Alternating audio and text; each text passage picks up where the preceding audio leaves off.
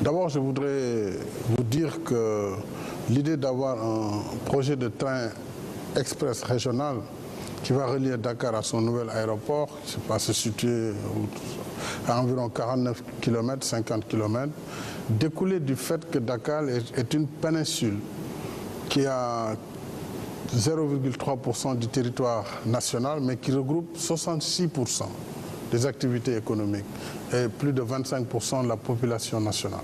Donc il y a là un goulot d'étranglement, il y a un problème de congestion qui est historique et un gros problème de mobilité. Alors nous avons pensé qu'il fallait décloisonner et ramener un peu les activités vers ce pôle nouveau qui est un pôle urbain en construction et le moyen le plus approprié pour le transport, tenant compte des impératifs d'environnement, rester le moyen ferroviaire, mais un moyen ferroviaire adapté à la fois au volume de passagers, à la rapidité et surtout à l'environnement. Il ne faut pas que ce soit un moyen polluant. Donc il fallait dépasser le système de transport terrestre par bus.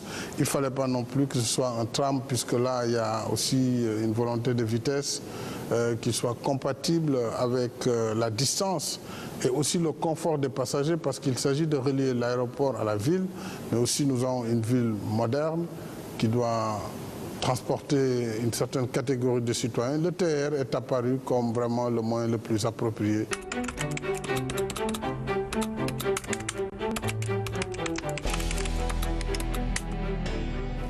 Absolument. Alors l'idée du pôle urbain, je vous l'ai dit, découle de cette congestion et du fait que par la non-mobilité, notre économie perd par an plus de 100 milliards de francs CFA, ça fait près de 200 millions d'euros qui sont dus aux embouteillages, aux difficultés de la mobilité. Et tant que nous étions restés dans ce mouchoir de poche de la presqu'île, évidemment, on a beau moderniser les moyens de transport, on ne s'en sortirait pas. Il fallait une élongation et l'autoroute qui relie le nouvel aéroport à Dakar donne un espace et nous avons pu aménager près de 2000 hectares de terre comme centre urbain moderne qui regroupe un certain nombre de services, de sociétés, mais également d'administration et d'institutions sportives. Alors, nous avons par la même occasion un pôle urbain, un aéroport international et la liaison entre les deux et Dakar donne cette perspective du train express régional. Et ce pôle urbain va décongestionner la ville de Dakar et tout en restant dans la continuité. Donc nous serons toujours dans la capitale mais à une trentaine de kilomètres avec une connectivité à la fois autoroutière mais aussi maintenant avec une liaison ferroviaire moderne et tout à fait confortable. Oui, la dimension populaire, elle est forte puisqu'on escompte avoir au moins 115 000 passagers jour.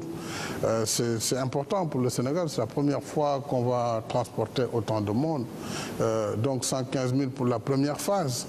Et compte tenu des projections économiques de notre pays, compte tenu de l'environnement, des affaires et des perspectives en ressources pétrolières et gazières, je pense que tout cela, il faut le voir dans un avenir très proche comme étant le début simplement du développement du chemin de fer au Sénégal. Oui, c'est un enjeu plus qu'important puisque finalement le transport ferroviaire, si nous arrivons à mettre le train, il va coûter beaucoup moins cher que le transport actuel, par un système de cars qui font certaines étapes et le client paye plusieurs sections et même utilise plusieurs moyens de transport en ayant un TER qui constituera l'épine dorsale du transport, mais qui sera connecté par des réseaux qui vont servir de nervure. Nous avons déjà un modèle de bus transport rapide qui sera connecté à la dorsale du TER. Et nous avons d'autres moyens par bus qui pourront donc intégrer l'ensemble dans un système multimodal de façon à avoir un système de transport moderne qui allie à la fois le confort, la sécurité, la rapidité et également le coût. Tout cela, je pense, est tout à fait aujourd'hui pris en compte et les populations adhèrent parfaitement rien que dans l'idée de vraiment d'avoir des moyens de transport modernes et sécurs.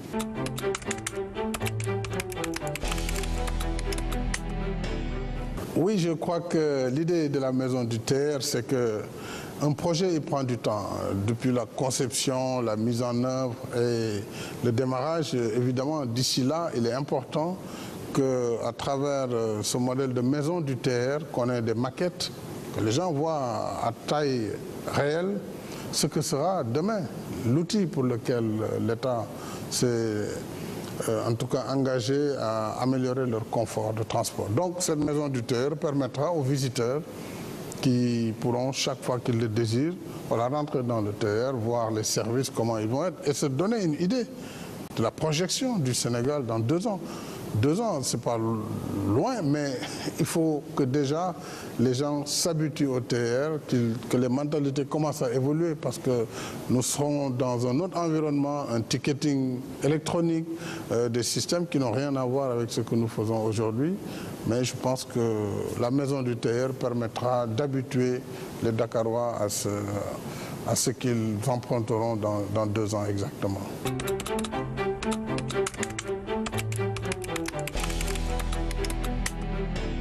Oui, cette belle gare de Dakar, gare historique, pour laquelle d'ailleurs nous allons maintenir quand même l'architecture, parce que c'est un monument historique, mais qui va être certainement développé de l'intérieur, qui va donc être une gare multimodale, puisqu'il y aura un réseau de bus, et plus tard de bus transport rapide, même d'autres systèmes qui viendront se connecter au TER.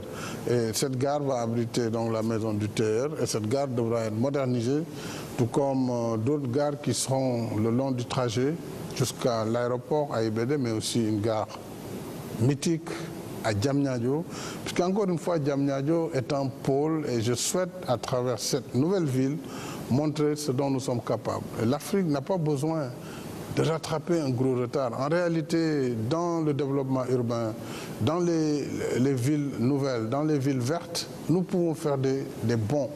Et donc Diamniadio sera une ville intelligente. Elle l'est déjà, puisque les grandes infrastructures qui y sont aujourd'hui fonctionnent à l'énergie solaire. Elle va être une ville intelligente puisqu'il y aura un réseau de fibre optique, il y aura tout ce qu'une ville nouvelle et moderne aura comme attribut, et le train viendra dans cette harmonie.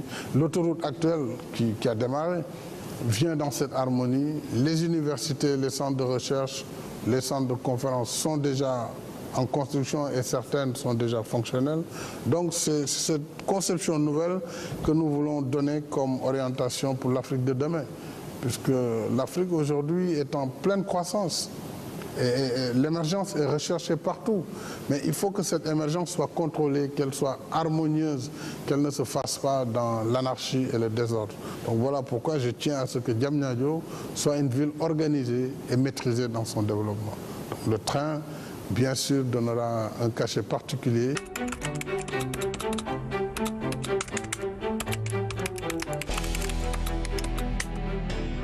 C'est plus qu'emblématique, puisque vous savez, en Afrique, le chemin de fer, on dit parfois de grand-papa, bon, il a fait son temps, il a aidé et la France et l'Afrique dans la période écoulée. Mais nous étions encore, pour l'essentiel de nos pays, dans le train métrique. Déjà, le TER ne sera pas sur un rail métrique.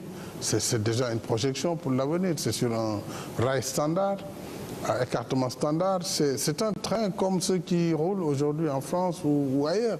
Donc nous sommes déjà dans la mondialisation. Et c'est en cela que c'est symbolique, c'est en cela que c'est important. Moi, j'ai voulu montrer à mes compatriotes et aux Africains que nous devons avoir de l'ambition. Avoir cette ambition, c'est travailler dur pour que justement ce qui se fait ailleurs de meilleur soit transposable et adaptable chez nous. Et c'est pourquoi il ne faut pas bricoler, reprendre de vieux rails qui ont un écartement métrique, ou pour trouver même des locomotives, il faut faire le tour du monde. Il faut être dans les standards internationaux. Et c'est ça aussi l'idée de ce TER. Et je crois que c'est de ce point de vue qu'il est tout à fait emblématique.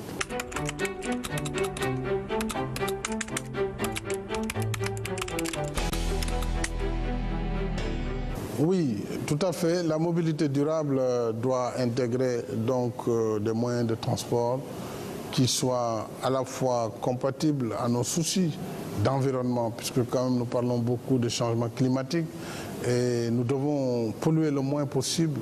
Donc tous les moyens de transport qui consomment le moins de CO2 et qui polluent le moins s'inscrivent dans la mobilité durable. Mais il faut aussi que les moyens de masse soient privilégiés plutôt qu'aux véhicules individuels, plutôt qu'à des systèmes de transport très coûteux. Et sur ce plan, le chemin de fer, surtout le chemin de fer électrique, parce que là on parle du chemin de fer électrique, je pense, contribue de façon tout à fait appréciable à cette politique de mobilité durable. Le moyen le plus approprié.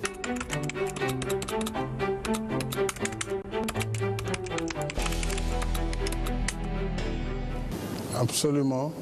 Alors l'idée du pôle urbain, je vous l'ai dit, découle de cette congestion et du fait que par la non-mobilité, notre économie perd par an plus de 100 milliards de francs CFA, ça fait près de 200 millions d'euros qui sont dus aux embouteillages, aux difficultés de la mobilité.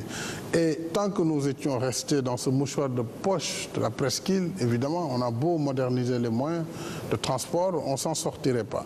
Il fallait une élongation et l'autoroute qui relie le nouvel aéroport à Dakar donne un espace et nous avons pu aménager près de 2000 hectares de terre comme centre urbain moderne qui regroupe un certain nombre de services.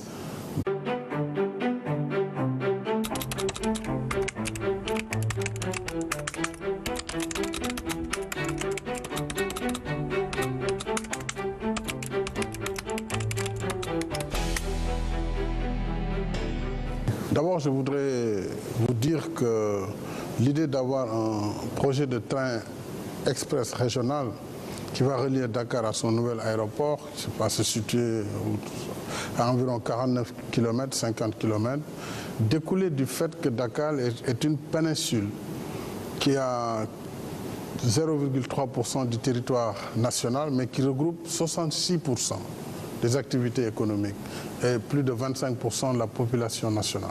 Donc il y a là un goulot d'étranglement, il y a un problème de congestion qui est historique et un gros problème de mobilité, alors, de société mais également d'administration et d'institutions sportives. Alors nous avons par la même occasion un pôle urbain, un aéroport international et la liaison entre les deux et Dakar donne cette perspective du train express régional. Et ce pôle urbain va décongestionner la ville de Dakar et tout en restant dans la continuité. Donc nous serons toujours dans la capitale mais à une trentaine de kilomètres avec une connectivité à la fois autoroutière mais aussi maintenant avec une liaison ferroviaire moderne et tout à fait confortable. Oui, la dimension populaire, elle est forte puisqu'on escompte avoir au moins 115 000 passagers jour. C'est important pour le Sénégal, c'est la première fois qu'on va transporter autant de monde. Donc 115 000 pour la première phase. Et compte tenu des projections économiques de notre pays, compte tenu de l'environnement, des affaires et des perspectives en ressources pétrolières et gazières, je pense que tout cela, il faut le voir dans un avenir très proche comme étant le début simplement du développement du chemin de fer au Sénégal.